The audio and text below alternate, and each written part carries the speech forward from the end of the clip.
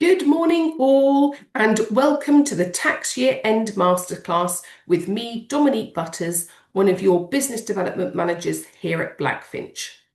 This is the first in a series of 4 webinars we're going to be doing. This one's all about what you need to be discussing with solicitors and accountants now, why it's really important. So if you ever wanted an excuse to get in front of that accountant or solicitor, I'm going to give you the ideas today. Important information, of course, this is designed for financial advisors. This is not suitable for retail clients. However, if you want any of the slides specifically to use with clients, let us know because we'll just send it through compliance and they can put on the right warnings and things like that. So by all means, we can do that for you. Also, if you would like the slides at the end, we are going to ask you for some feedback at the end of the presentation. I've been told it will take less than a minute to complete. We would really appreciate it if you didn't mind. And again, you can request a copy of the slides if that would be useful for you. Risks. Well, we have these extra risks these days because we are going to be talking about EISs and business relief, and now they come with these warnings which say, do not invest unless you're prepared to lose all of your capital. The fact that our Adapt IHT portfolio, which qualifies for business relief, has never had a negative period since inception is beside the point. And when you look at EIS, yeah, actually, to be fair, you could lose all your money.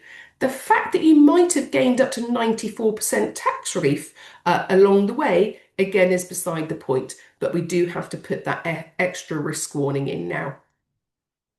So learning objectives, this is CPD qualifying, so we do have learning objectives. So we're looking at the end of this presentation for you to better recognise how you can help wealthy business owners before tax year end. So it's a short time frame, but I do love a deadline because it means when you're speaking with accountants and solicitors, they can't say, oh yeah, I'll get round to that. No. You need to be referring these clients to me now. We're also going to look at will planning. I know a lot of you don't get involved with will planning, but your solicitors will.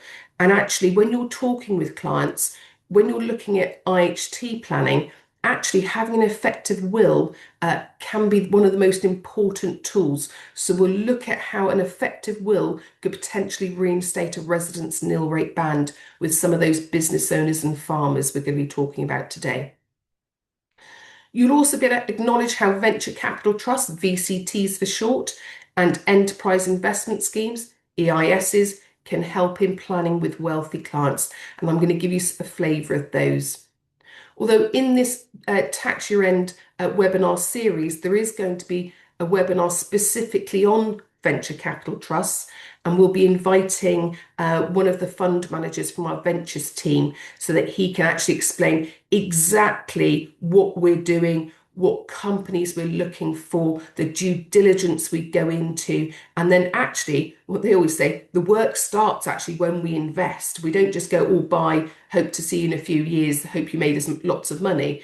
Actually work really hard with those companies once we've invested. And the same with EIS, because actually they deserve their own webinar because there is so much detail.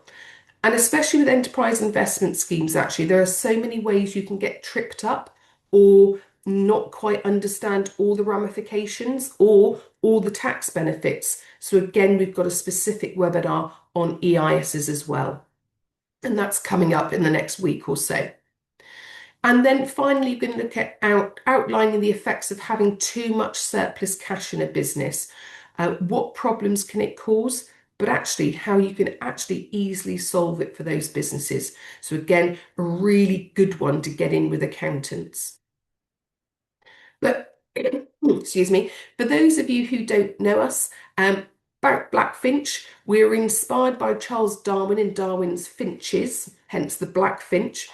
We're all about adapting, evolving and thriving because that's what we need to do in this day and age.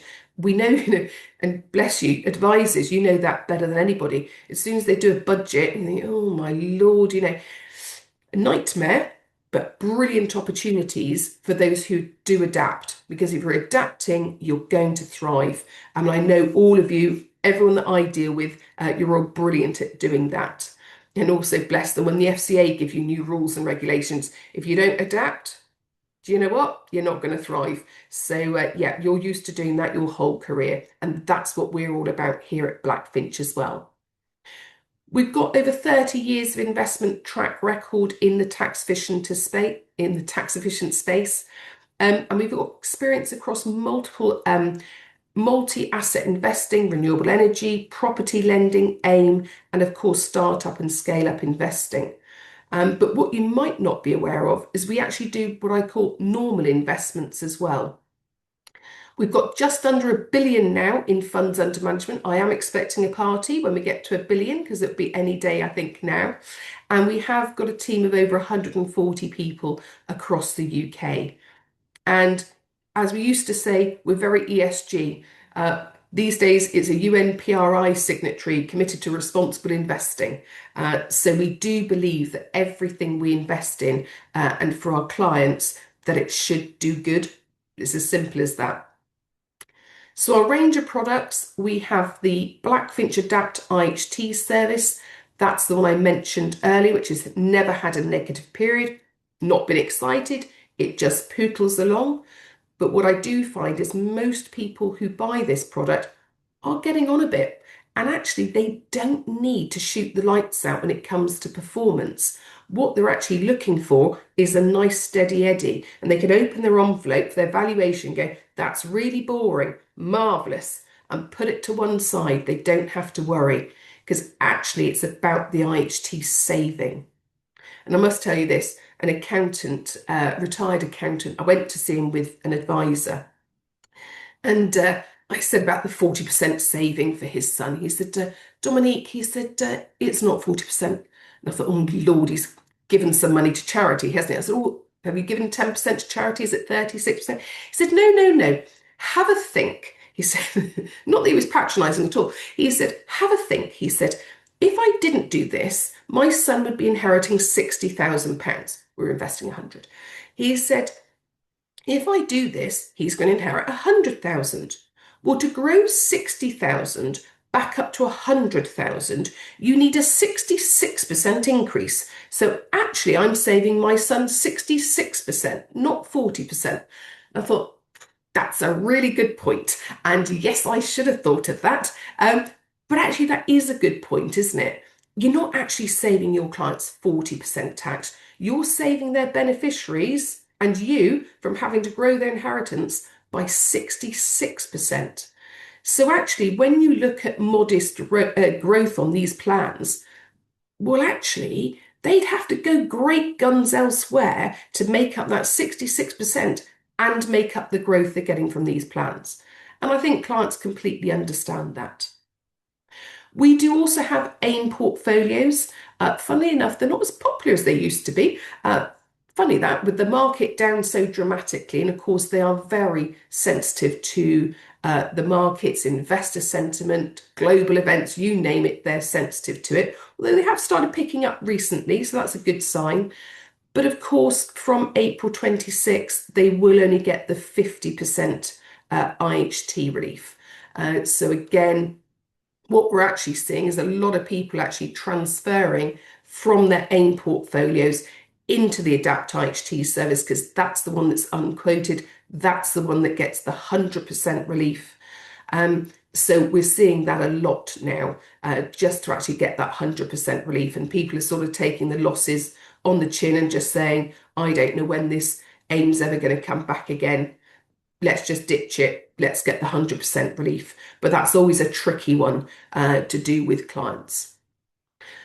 Now, we talked about adapting and evolving. From next month, and again, we have another couple of webinars on the 2nd of February and the 10th of February. We're actually bringing out an insured option for the Adapt IHT service. It's going to be straightforward 2-year life cover, either at 20% if you are transferring something like an AIM portfolio, or 100%, so your 40% cover for the first 2 years. So if those clients want certainty that they are going to make the IHT saving, they can take that out.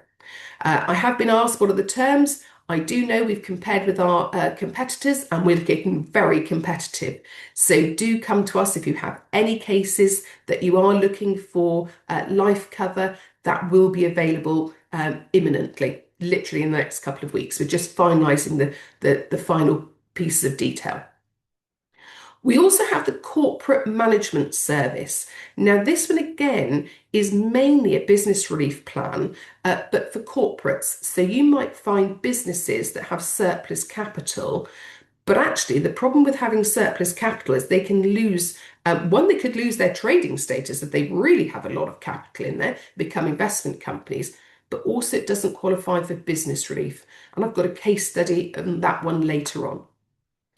We also have the Blackfinch Spring VCT, which is open. And what we try to do is actually have it open all year, because I know the frustration for a lot of you advisors is you'll write a recommendation for a VCT. By the time you've had pre-approval, got the report back, the VCT is closed. And you think, thanks for your help.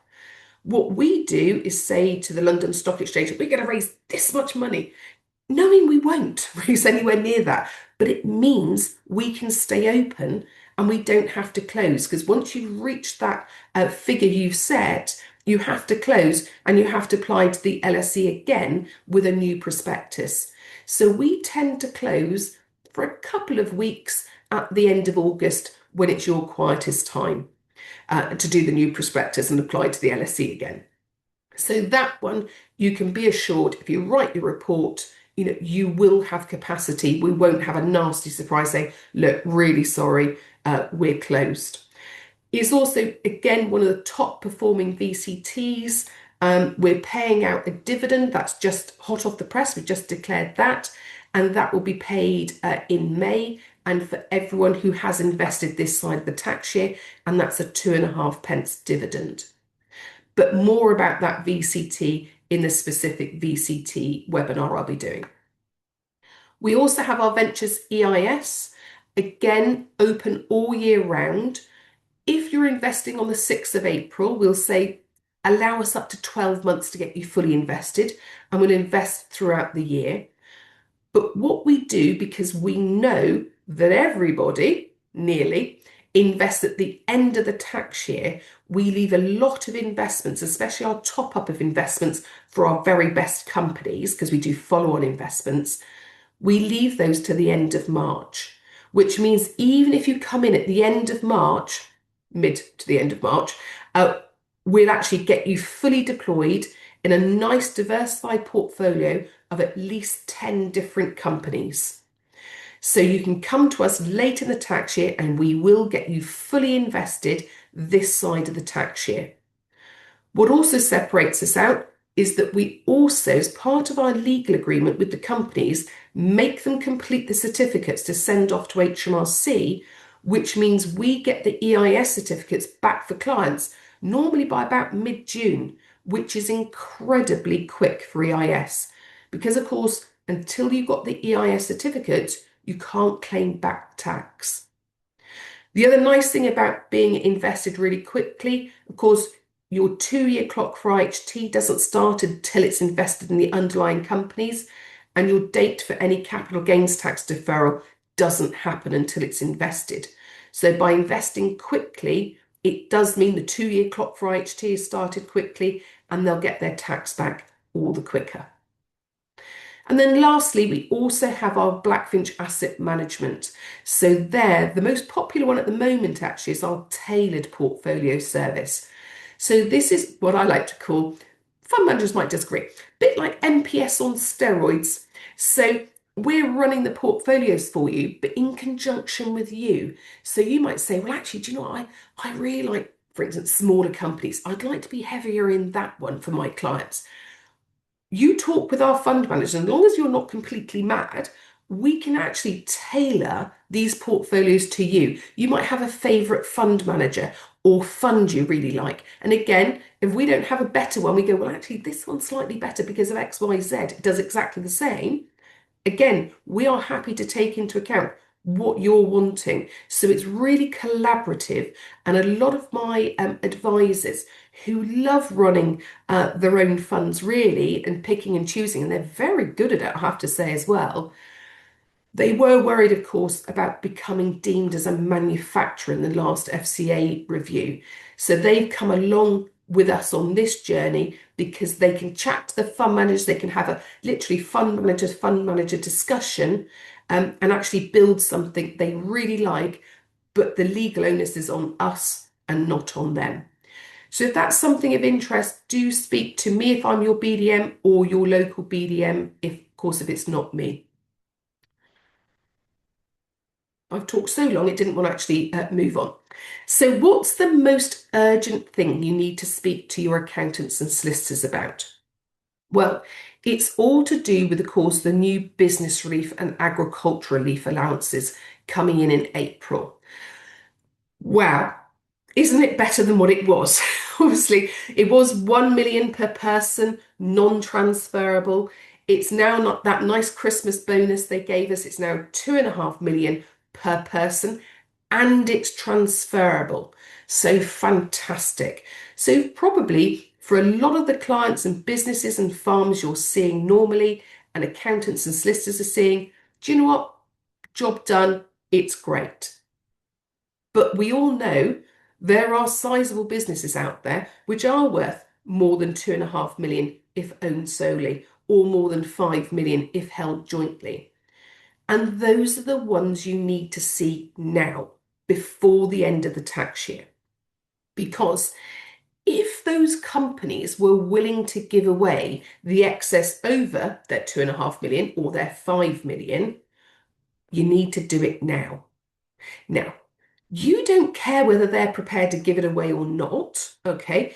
This is just a hook to get you in front of those big businesses, big farms, the ones who are wealthy, because we all know if we can put somebody wealthy in front of you, there's going to be a myriad of things that you can help them with, other IHT planning, their pension planning, their protection, lots of things. So it's all about getting the right people in front of you. People have said to me, Dominique, but how does this help you? Well, it definitely helps me and Blackfinch because we want you to see the right clients, because actually they're just the types of clients who will be needing other business relief investments. They will be wanting VCTs, potentially EIS. They might need our corporate management service. So again, it really helps us if we can help get you in front of the right people. So if they are willing to give away that extra over their 5 million. So let's take, for example, you've got business owners, husband and wife, their business is worth 6 million. Okay, and you say to them, are you willing to give that extra million away? Actually, a lot of them do, because if their, son, daughter's working in the business, they're thinking, well, actually, yeah, why wouldn't I? But first of all, of course, if they say no, then you can do a life policy. Great, done. If they say yes, okay, so you've got a couple of options. You could give it directly to the children, outright gift. Now, obviously, that is a disposal for CGT purposes, but as it's a business relief or agricultural relief qualifying asset, they can use CGT holdover relief, which means actually it won't trigger CGT now for them. The CGT, of course, is transferred to the recipient, to the beneficiary. That's also quite useful because if they do in the future sell the business or the working farm, then the actual child, if they're working in the business, can use their own £1 million business asset disposal relief, entrepreneurs relief, as I like to call it, because it's much quicker. They can use that relief so they pay the lower rate of CGT as well. So actually, that's really quite good by using the holdover relief. But of course, the downside is they are losing control, they lose access on that benefit of the gifted amount. So they have to be certain they're happy to give that away. But the big one, when you're giving an outright gift to the children, is of course divorce and bankruptcy.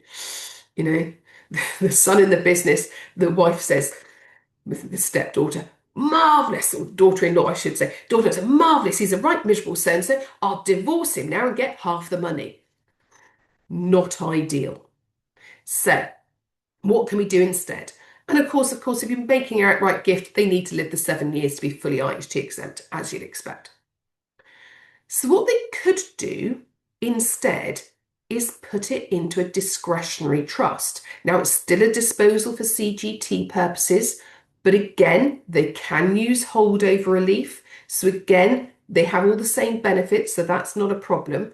But now it does help protect the money against divorce and bankruptcy. Now, that's a big one. My top tip here, though, because there have been some very clever solicitors in London, of course, who've been attacking discretionary trusts on divorce. And where they've been successful is in a discretionary trust. Of course, you have a whole class of beneficiaries. You have children, grandchildren, remoter issue. Basically, everyone is included. What they were doing is, say, for instance, writing the son's name specifically as a beneficiary. So when they got divorced, the daughter or daughter-in-law was saying, no, that is his trust, that is his trust. Look, look, he's the only one written is a beneficiary. And they've won. So my top tip, do not write the son or daughter's name into the trust. They're already written into it. They can have a letter of wishes alongside. That's absolutely fine. They do not need to do that and call it the John Smith Family Trust. Because then if they get divorced, oh yeah, it is his trust. Well, no, it's a family trust and it can be for anyone. It's at the trustee's discretion where it's appointed. That's going to be a lot safer from these top-notch lawyers who are going after these trusts. Of course, the other benefit of a trust as well, they don't even have to tell the son, daughter. They've actually set a trust up. And of course, the settler, the trustees keep control. So again, they do have control over where this money is actually apportioned. However, of course, whenever we're using a discretionary trust, they're fantastic, aren't they? But you pay a price because it is a chargeable lifetime transfer. However, this is the massive opportunity. If they've already held that BR or AR asset for the last 2 years, it has now become an IHT exempt asset. By putting an IHT exempt asset into trust, yes, it's a chargeable lifetime transfer, but it's charged to zero. So no 20% entry charge. But you need to do it before April 26 because, of course, at the moment, business relief and agricultural relief assets, it's unlimited the amount which is IHT free. Whereas come April, you've only got your 5 million between the couple. Any excess, you're going to have your 50% relief, so a 20% tax charge. So if you're going to give money away, you want to put it into a trust, they need to do this now. Now, don't be scared about the trust. You won't be doing the trust. You'll be passing that back to the solicitor or the accountant, and they'll be putting the trust together. You're just advising, look, actually, you need to do this now.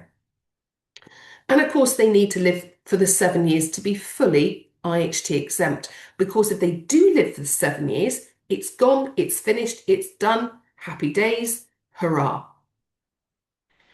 If they don't live for the 7 years, well, it's a failed pet, if it's an outright gift, or a failed chargeable lifetime transfer. Now, if that happens before April 26, completely free of IHT anyway, because at the moment it's unlimited. Post-April, if they already have their 2.5 million each and the excess, that is failed, but they will still get their 50% relief if it's still held in a business relief or agricultural relief asset. And of course, they might also get taper relief. So it's one of those, is it worth a go? If they're willing to give away access, give away that benefit, it could be worth giving it a go. It's certainly worth speaking with you because they might not do the whole million, they might do 500,000. It doesn't really matter. Again, as far as you're concerned, you can always insure that extra 20% if need be. Or they just say, well, no, I'm not interested in doing that. But actually, then you're going to look at their pension, you're going to look at their protection, you're going to look at everything else. So previously, before this allowance was transferable, I was actually saying, look, you've got 1 million allowance each, it's not transferable, you need to give away that first million on the first death or you're going to lose it. Right, so you don't need to do that now. So let's take what I like to call more normal businesses, normal funds. Let's say they're worth 3 million for argument's sake. They have 1 million each in business relief assets, and they have 1 million in other assets, their home assets, investments, that sort of thing. Now, if they do no planning, okay, basically what will happen is that first million goes to the second spouse, second death, their estate's worth 3 million. Ooh, they have no residence nil rate bands. So actually, do we go back to what I was saying previously? On first death, give that first million of business relief assets away. Now, nobody wants to see half their business disappearing to their children on first death. So again, this is where will planning really comes into its own, because now we can put together discretionary will trust. So it only comes into effect on death, but that million gets allocated to the will trust. Now, with that discretionary will trust, the remaining spouse is automatically written in as a beneficiary. They can be the trustee, so they have full access, full control, full benefit of that trust. The kids actually haven't had anything until that second spouse says they can, or on second death. But they have used up £1 million of that business relief allowance. Now, on second death, well, of course, now on second death, that remaining spouse has got their 1 million of business relief assets, 1 million of other assets. Ooh, that's 2 million. You've just reinstated their residence nil rate bands, saving them £140,000 in tax, simply by getting their wills right. So solicitor's going to love you as well, because you're going to give the advice and say, look, you need to go and see your solicitor. No more mirror wills, because if you have a mirror will, you're going to lose your nil rate bands, residence nil rate bands. We break that up. You're still going to have access. You're still going to have control. You've still got benefit. But actually, we're going to save you £140,000 just by redoing your wills. So again, really adding value for those businesses.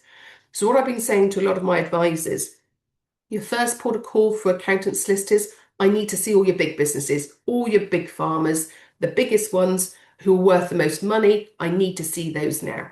So you see those now before the end of the tax year. Then you can say, now I need to see all your other businesses, which might be worth, clients worth a couple of million, 3 million, anything over a couple of million, really, because this is where you can actually help. Now, depending on how busy you are, you'll probably set the bar at different levels. But really, you can add massive value literally by just knowing these little snippets. Now for other ideas to cover with your professional connections. What about CGT deferral when selling an asset? So we're going to go through a case study there. Extracting cash from a company tax efficiently. That's going to be really important this year because, of course, dividend rates are going up for next tax year. So you might find people are taking more out of their companies than they would normally. And then we're going to look at a case study on a company with too much cash. What can we do to help them? So let's look at mitigating capital gains tax liability using an enterprise investment scheme, EIS. Miss Williams runs a successful business and recently sold an investment property for £300,000, creating a capital gain of £68,700. So she talks with her advisor and they talk about using an EIS to defer the gains. But she can also benefit from income tax relief. Now, the benefit of EIS and VCT is that all income tax can be reclaimed. So it's not like a pension where it's relevant earnings only. This is on everything. So earned income, pension, savings, dividends, rental income, even chargeable event income tax if you sell a bond. Again, really useful. A lot of people have bonds, they don't want them anymore, or what's happened is they perhaps haven't been set up on a multi-lives assured basis, so you can't do any tax planning post-death. And of course, the other problem with bonds is you are going to pay the tax liability on death. It's just being deferred in effect, and you're going to have an IHT liability. If you get rid of it during their lifetime, at least you can do some IHT planning and you can offset the income tax. Now, a bond, though, might be exactly where they should be. Well, even so, if you get rid of the bond, offset the tax, rebase it at the higher level, now put it on a multi-lives assured basis, you can now do some tax planning, income tax planning on their death. So again, it's one of those, look at those investment bonds, those old investment bonds. Actually, in an ideal world, would you get rid of them? Well, an EIS or potentially VCT can be a really good tool to help you with those. Again, speak to your BDM and we'll help you through the case on those. But let's go back to Miss Williams. So she's got a capital gain of £68,700. She's got a measly allowance of £3,000 on her capital gains tax allowance. So what she does is invest the rest at £65,700 and she defers that capital gains at 24%. So because she sold a property, she would have had to pay the capital gains tax within 60 days. So she should have paid it. What she does when she gets her EIS certificates, she completes those and she'll actually get the tax back. So she actually gets it as a tax refund. They do like getting a tax refund. So that £15,768 comes back to her in the form of cheque or straight into her bank account. But of course, she also gets 30% income tax relief as well. Now, many people don't realise you get both tax reliefs. Absolutely, you do. The only caveat with income tax relief is you can't get back more tax than you've paid. But in this case, she has paid the tax. She'll be getting back £19,000, £710. 19,710. But say she hadn't paid that much income tax. Well, firstly, with an EIS, you can actually go back to the previous tax year and you can claim all your income tax for the previous year and the current year. But let's say she still hadn't paid enough tax. Well, what you can do, she's a company director, actually speak to the accountant. Could she drag some more money as a dividend out of the company, create a tax liability because this will offset it? So what you've actually done is got extra money out of the company, in effect, tax-free. And these are the sorts of details we can go through with you as BDMs, because this is what we do, let's face it, all day, every day. And in my situation, I think we've been doing it for like the last 18 years. So we've got plenty of practice of knowing exactly how to maximise the different tax breaks. So do speak with us. But a key point with EISs and deferring capital gains, you are literally doing that. You're only deferring it. Now, as an accountant once said to me, Dominique, what's the point of deferring something? You're just putting off the inevitable. Another accountant said to me, Dominique, you never pay today what you might not have to pay tomorrow. I liked her. She was very good. So we're only deferring it. But what we've done, if you come to Blackfinch into our Ventures EIS portfolios, that £68,700 has now been chopped up into probably at least 10 different companies. So you've now got a capital gain of £6,087 in each company, if you like. It's not going to be exact, but you get the idea. Now, as those companies mature, the capital gains becomes payable again, but you're in a new tax year. you have a new annual CGT allowance you can use against it if you haven't used it elsewhere. So you could offset that capital gains tax allowance against that deferred gain and reduce it down. You could then say to the client, well, look, do you like this EIS? You don't have to be the same one, but do you want to reinvest that little bit extra? Because we can re-defer the capital gains and we'll get you another lot of income tax back. So actually what you'll do is every year, as companies mature or get sold, you'll offset the annual CGT allowance, ideally reinvest the remainder and keep doing that until there's nothing left or until they die. Because ideally, you'd keep this going, the whole thing going, till they die, because on death, CGT dies with you. And of course, within EIS, there's IHT relief through business relief as well. So it could also be IHT free as well. And that's where we get up to your 94% tax relief I mentioned at the beginning. So they could be saving 24% in capital gains, keep deferring it till death, on death it goes. 30% income tax relief, and that's every time they reinvest, and 40% in IHT, 94% tax relief. So when people say to me, Dom, I don't look at EISs, they're really, really high risk. I'm going, I know they are really, really high risk. And do you know what? When I go out and meet the client, I actually start off with loss relief and talk about, well, if it was a disaster, what's the worst case scenario? How much could you lose when you take into account even just income tax and loss relief? Actually, for a higher rate taxpayer, the most they could lose is 42% of their capital. The upside is unlimited and tax-free. Now, actually, when I speak with clients, do you know what? They're actually quite relaxed about the risk because don't forget, it's not all of their money. It's only ever a small part of their overall portfolio. But they're actually quite relaxed about the risk. They actually like the investments. Actually, the biggest stumbling block we have as us advisors and clients is the lack of liquidity because there really is no liquidity on these EIS plans because there's no secondary market. And we say, well, we'd hope to exit in the next 4 to 7 years, but we don't know that for definite. We don't know when we can sell those companies. We're just hoping a buyer will come along for them in that time period. And that's the bit that people don't like. And this is where people who do a lot of EISs, they're pointing out though, say in this situation, yeah, but we've invested 68,700, but you've got about 35,000 of that back in tax. So really, out of the £300,000 proceeds, you've only really invested about 30,000, about 10% of it.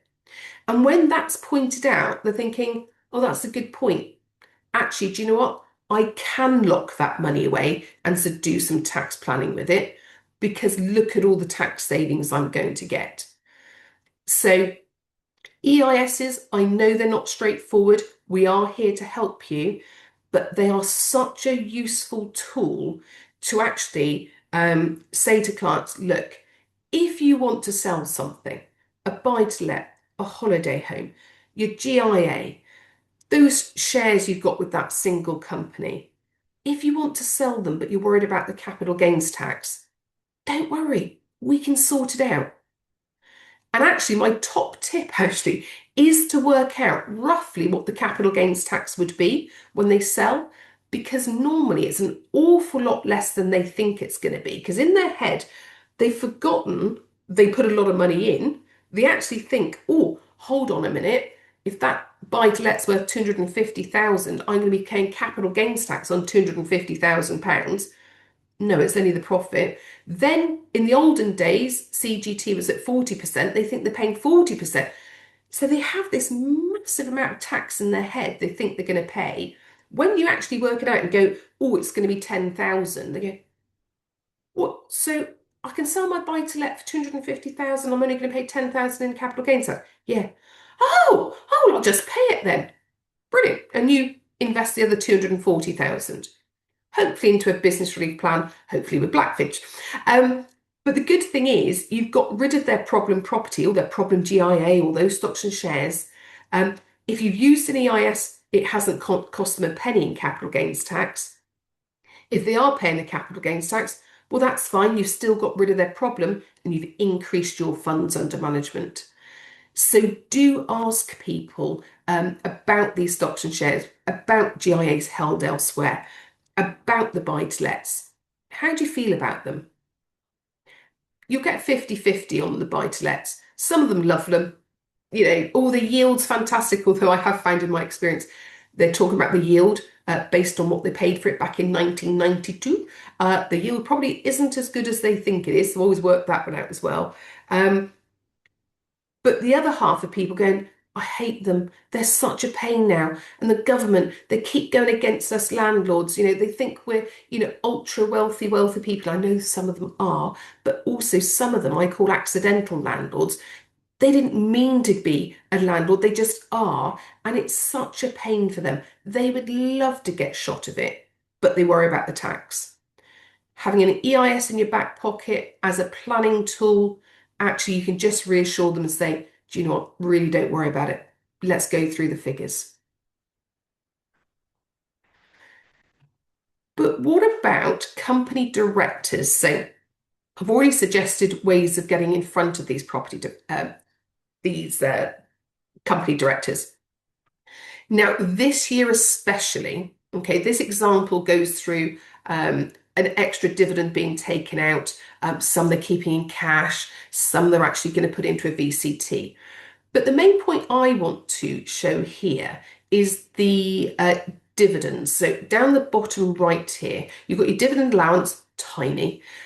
This current tax year, if they take an extra dividend out, because most company directors will take a tiny salary to use up their personal allowance, they'll take the rest in dividends up to the basic rate tax band and say, I'm not taking any more because I'm not paying higher rate tax. So they have a lot of surplus capital in their businesses and they want to take it out, but they don't want to pay the tax. Now, you're very good at putting it into pensions and sorting that there, but again, they're only going to do a limited amount into pensions. So what about a VCT instead? Well, let's take an extra dividend. At higher rate, it's 33.75%. Now, I have met with many a company director and said, look, tax rate's 33.75. But if we could offset 30% of that, so your effective tax rate's 3.75, how do you feel? Without exception, they said, oh, I don't mind 3.75, it's the 33.75 I wasn't so keen on. So actually, let's take an extra dividend. Again, this tax year, because dividend rates are going up, aren't they, next tax year?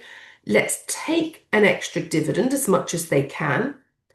Pop it into a VCT, because this tax year, we're at 30% income tax relief. Next year, it's going to be at 20%. So let's maximize as much as we can, get that, pay the lower rate of dividend tax, plus get the maximum amount of VCT income tax relief. So we are thinking this year is going to be a bumper tax year for VCTs, and that's across the industry. So people who might have been putting in 10, 20,000, I'm seeing them putting in 50,000 now this tax year. Probably won't do it now next year because they've used up their money they would have done next year. But let's maximize it while we can. So in case you didn't pick it up in the last budget, VCT income tax relief is going down from 30% to 20% next tax year. The reason being is they're actually going to make basically VCTs lower risk in their eyes because they're going to be allowing us to put more money in to companies, companies which are much more established and have been going for longer. So that works out that basically they're going to be more established, better companies, I suppose, not say better companies, but lower risk companies we can invest into. So they're saying, well, actually, if it's going to be lower risk, you don't need as much tax relief. Hence, it's going down to 20%.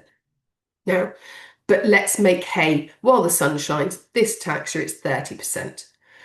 I don't see VCTs dropping off enormously unless people have used next year's money this year, simply because, well, if they are going to be low at risk, well, then actually you don't need as much tax relief, do you? So actually, I still see 20% tax relief as being really appealing. So I think a lot of people will still carry on doing their VCTs each year.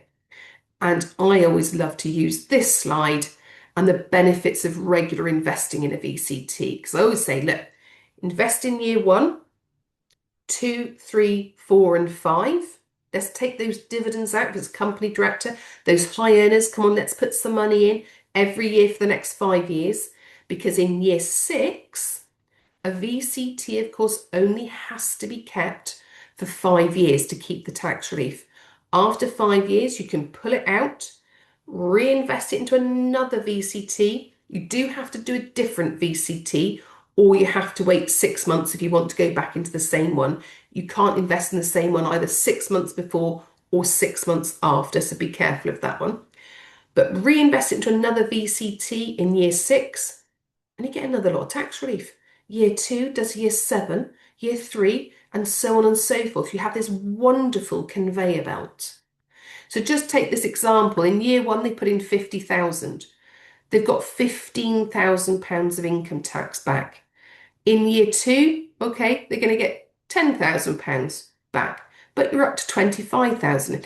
In year 5, you've invested 250,000 and they've had £55,000 of tax relief.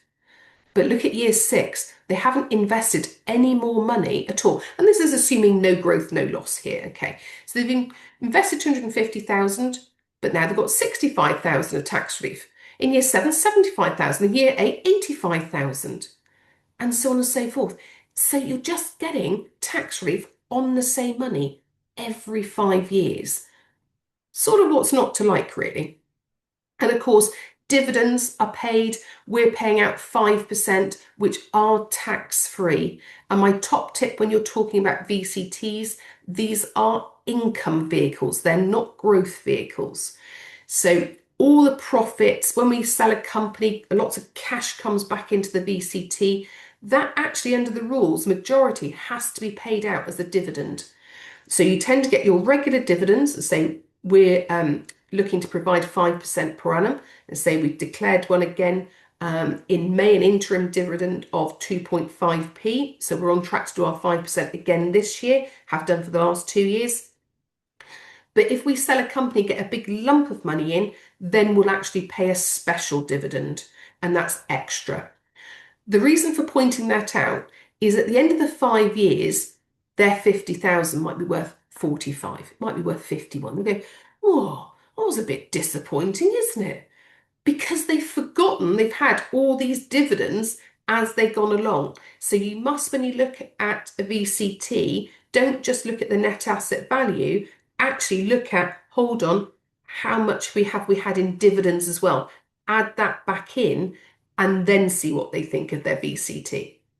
So that's my top tip. Do remember that one. Now, what about surplus cash in a business?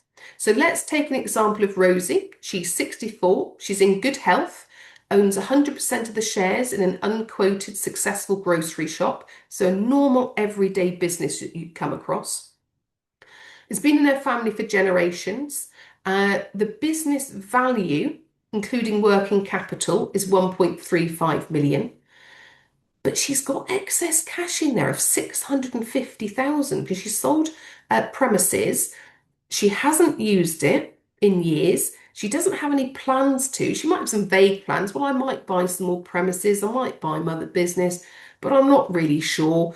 But she doesn't want to take it out of the business because normally you'd be saying, well, look, let's get this out. Let's do dividend extraction. Let's put this into VCTs over a number of years. But she said, well, no, I do quite like having it in the business. You know, a bit of a comfort blanket, really. So she wants to keep it in. Total value of the business is 2 million. Now, you would think on the face of it, well, she's got a business. It's under the £2.5 million business relief allowance.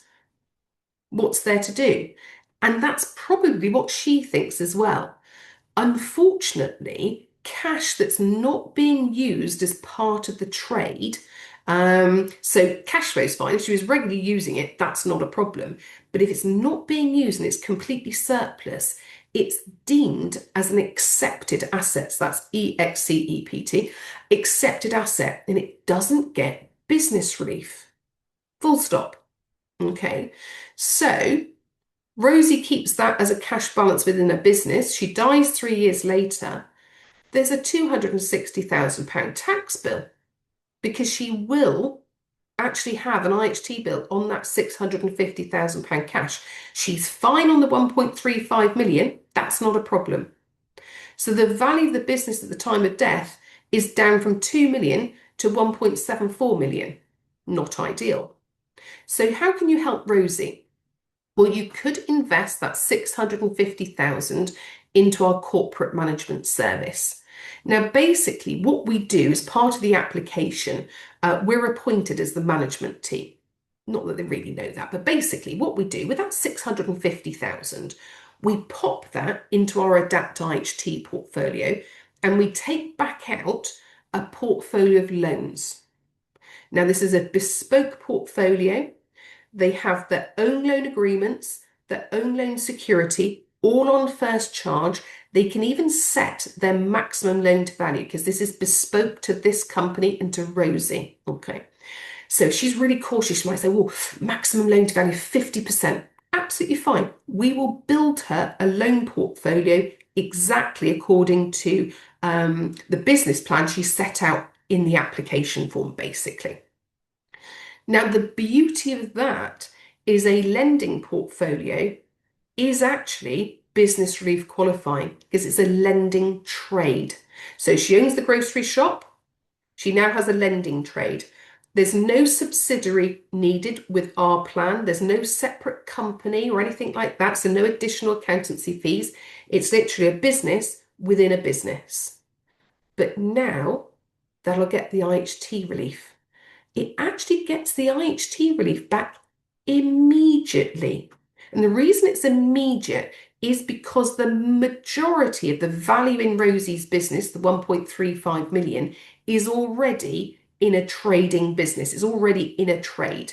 So when we put the cash into another trade, it basically gets swept up and no 2-year term. It's immediately exempt from IHT for her. So in this situation, when she dies 3 years later, there's no IHT liability. She owns a grocery shop and she's got a lending trade. Both of them qualify for business relief. No IHT. What's she passing to the children? The full 2 million. So basically, if you've got clients who are in the situation, they have surplus capital, they don't want to take it out, they do want to leave it in, actually you can, but let's protect it from that tax situation. I also want to go through a different example. Let's take Rosie again, and we actually reverse those values. The business value now is 650,000, and she has excess cash of 1.35 million. That's a different story because now the cash, the non-trading assets, is the majority. So she wouldn't get any IHT relief at all. And I'll give you a good example of this because it's good to share with clients actually. This is years ago now, but somebody had a trading estate and he did everything, reception services, paid utilities, oh, did it, you name it, he did it. He died. The accountant put in for business relief and HMRC said, absolutely a trading business, but you're not getting a penny in business relief. I said, why? I said, because the majority of the value is in the land and the buildings and not in the trade. Even I thought that was quite harsh. So it's really, really strict. So the majority of the value in a business has to be in the trade. Well, if that cash was 1.35 million, that's way more, and that's the majority. So she wouldn't even get business relief on the grocery shop at 650,000. If she does this plan now, it will take 2 years because, of course, it's not already qualifying. So exactly the same answer, You now put the 1.35 million in cash into the corporate management service, but it will take 2 years to qualify. So just to be aware of that one. Excuse me. A final thing to actually mention to accountants. Now, Blackfinch, we've actually brought out something brand new ourselves that we've developed, and it's basically a dashboard for SMEs to put in one place all their pensions and their benefits, and we're adding on some financial coaching as well. This is not regulated advice. Let me just share with you a video because they're going to tell you about it better than I can. Running a business is hard enough without juggling information across clunky platforms and clashing systems. That's where Thrive steps in. We bring pensions, benefits, and financial well-being together, all in one place, on one intuitive platform, built to support your business and the people behind it. You get a clear, simple dashboard to manage it all. From onboarding to pension admin, it's all straightforward. Set up salary sacrifice in minutes and see changes reflected instantly. It works smoothly with whatever payroll software you're already using. And with real-time engagement data, you'll know exactly how your team is using their benefits. Getting your team on board is easy. A few clicks and they're ready to go. For your people, Thrive feels personal. They can check their pension, explore benefits, and if they want to start investing, that's an option too. They'll also get access to the Thrive Financial Academy. From debt to mortgages to retirement, there's a full library of content to explore. Your team can choose what they need, when they need it, and learn at their own pace. When they want a bit more support, they can chat to financial coaches right here in the app. And for those big life decisions, Thrive connects them with experienced financial advisors. We're empowering better financial futures and helping businesses thrive. Join us. It's all ready when you are.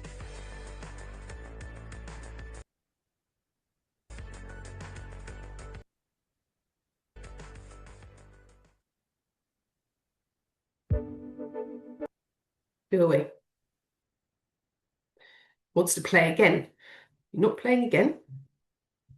Excellent. Right. The reason for actually showing you that one is a couple of reasons. One, it's very exciting. We've already signed up a major, and I'll tell you why it's relevant for you in a minute, a major accountancy, national accountancy firm who's now going to push that out to all of their companies and say, you all need to be doing that. Nothing to do with they might be charging per employee or anything like that. Nothing to do with that, obviously. But they can see this could be of massive benefit to their companies and businesses. If you have businesses that you think this might be useful for, we will pay you an introducer fee. So again, speak to your BDM about it. So it might also be something you might want to bring up with accountants, or at least be aware it's out there and available. But I think it's going to be really popular for accountants to actually offer to their clients. Why I'm really excited though is now that our Adapt IHT portfolio has actually bought 50% of that company. The other 50% is still held and owned by Blackfinch. But what we actually think, and it makes up less than 2% of the allocation, so it's very small in the IHT portfolio. But even with base projections, we think it could potentially grow our returns by up to 1% over the next 12 to 24 months, which would be huge, which is very exciting. But the other point where I got excited about it, and hopefully you picked up on it, these are non-regulated financial coaches. This is for people who are on 25, 30 grand a year. It's not for your company directors. They should have IFAs. If they don't, we'll be saying, you need an IFA, let me introduce you.